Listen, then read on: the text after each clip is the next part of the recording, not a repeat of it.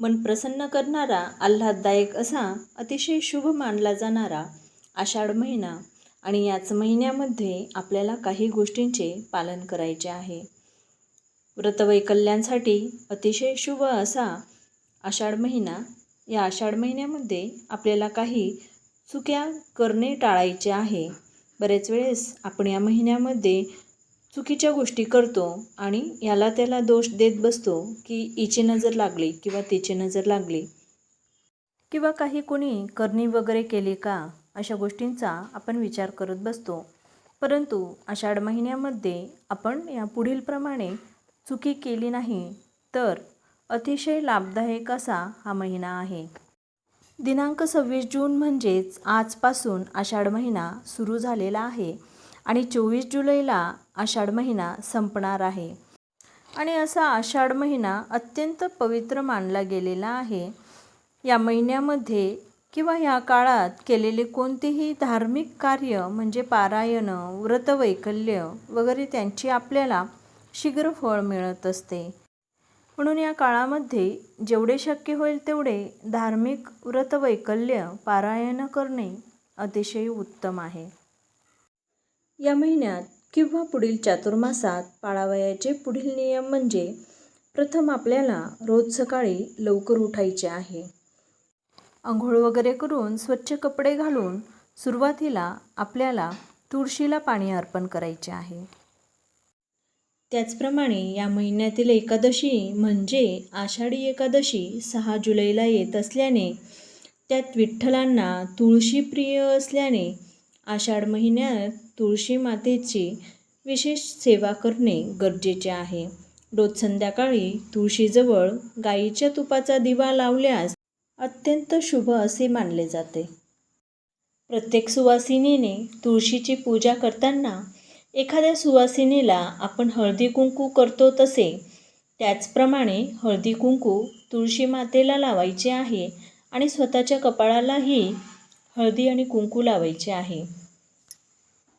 सकाळच्या काळात जवळच्या मंदिरात किंवा देवघरातील विठ्ठल रुक्मिणीच्या मूर्तीला आपण तुळस अर्पण करायची आहे. त्याचसोबत संध्याकाळी तुळशीजवळ गाईच्या तुपाचा दिवा या काळात लावायचा आहे. परंतु संध्याकाळी आवर्जून तुळशी मातेला हात लावणे टाळावे. तुळशीच्या रोपाची पाने तोडायची असल्यास आपण सकाळच्या काळात ती तोडायची आहे. तत्पूर्वी तुळशीच्या रोपाला दोन्ही हात जोडून नमस्कार करून तुळशी मातेला पानं तोडण्यासाठी परवानगी मागायची आहे आणि मगच त्यानंतर तुळशीचे पानं आपण तोडायचे आहेत.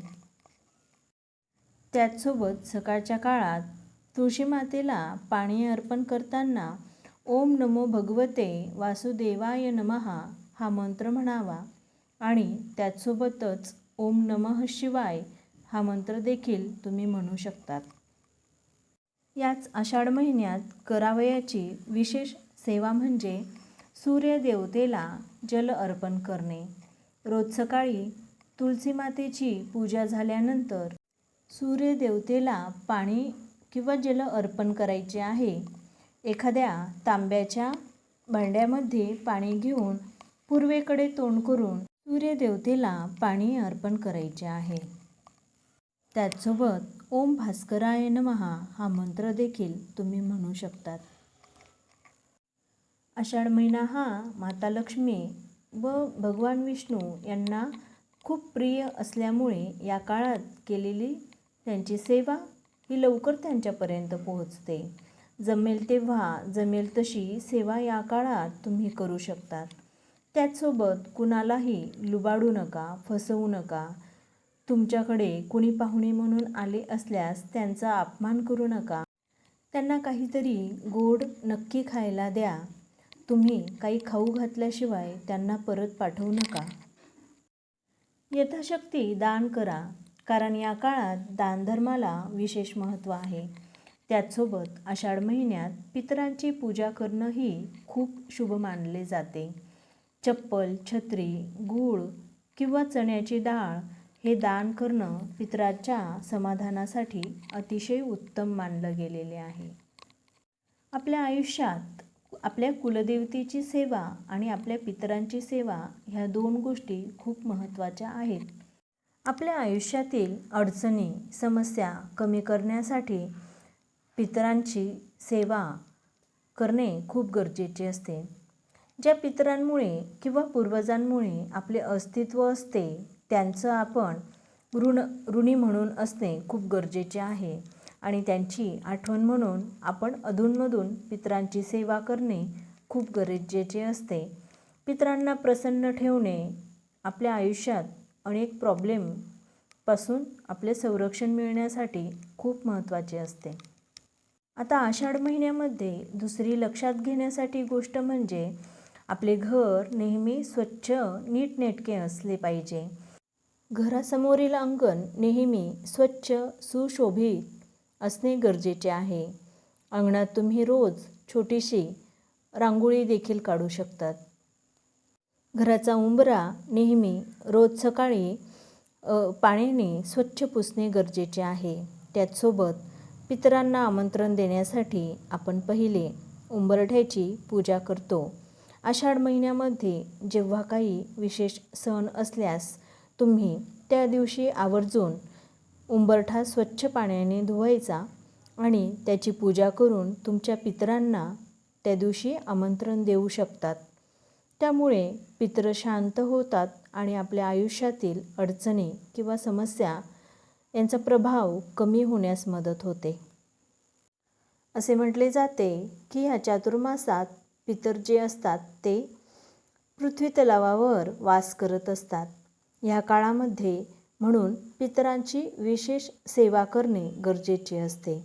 त्यामुळे पितर शांत राहतात आणि आपल्या आयुष्यातील समस्या अडचणी ह्या कमी होण्यास मदत होते. शक्यतोवर कधीच आपले अन्न हे उरता कामा नये किंवा ते वाया जाता कामा नये. विशेष म्हणजे आषाढ महिन्यामध्ये शक्यतोवर रात्रीचे उष्टे अन्न फेकणे टाळावे किंवा वाया घालवणे टाळावे. त्यामुळे माता लक्ष्मीचा अपमान होतो आणि दारिद्र्य येण्यास सुरुवात होते. म्हणून ही चुकी आपण आवर्जून टाळली पाहिजे. त्याचसोबत आषाढ महिना हा असा असतो की ह्या महिन्यामध्ये आपली पचनक्रिया ही मंदावलेली असते. म्हणून आषाढ महिन्यापासून पुढील 4 महिने मांसाहार टाळावा आणि धार्मिकदृष्ट्याही मांसाहार या काळामध्ये निषिद्ध मानला जातो. काही ठिकाणी चातुर्मासामध्ये मांसाहार खरंच बंद केलेला असतो. त्याचसोबत आपल्या संस्कृतीमध्ये ऋतू बदलला की सुरुवातीला ऋतूनुसार एखादे व्यंजन केले जाते. तसेच आषाढ महिन्यामध्ये आषाढातील तळण केले जाते किंवा गोड पापडी केली जाते. ऋतुमानानुसार आपली पचनसंस्था कमजोर झालेली असते किंवा मंदावलेली असते. म्हणून अशा गोष्टी किंवा अशा प्रकारचे पदार्थ केले जातात जेणेकरून आपल्याला सुरुवातीला त्या गोष्टींची सवय व्हायला पाहिजे. म्हणजे आरोग्यासोबतच अध्यात्माचाही विचार करून ह्या गोष्टी कटाक्षाने पाळल्या जातात.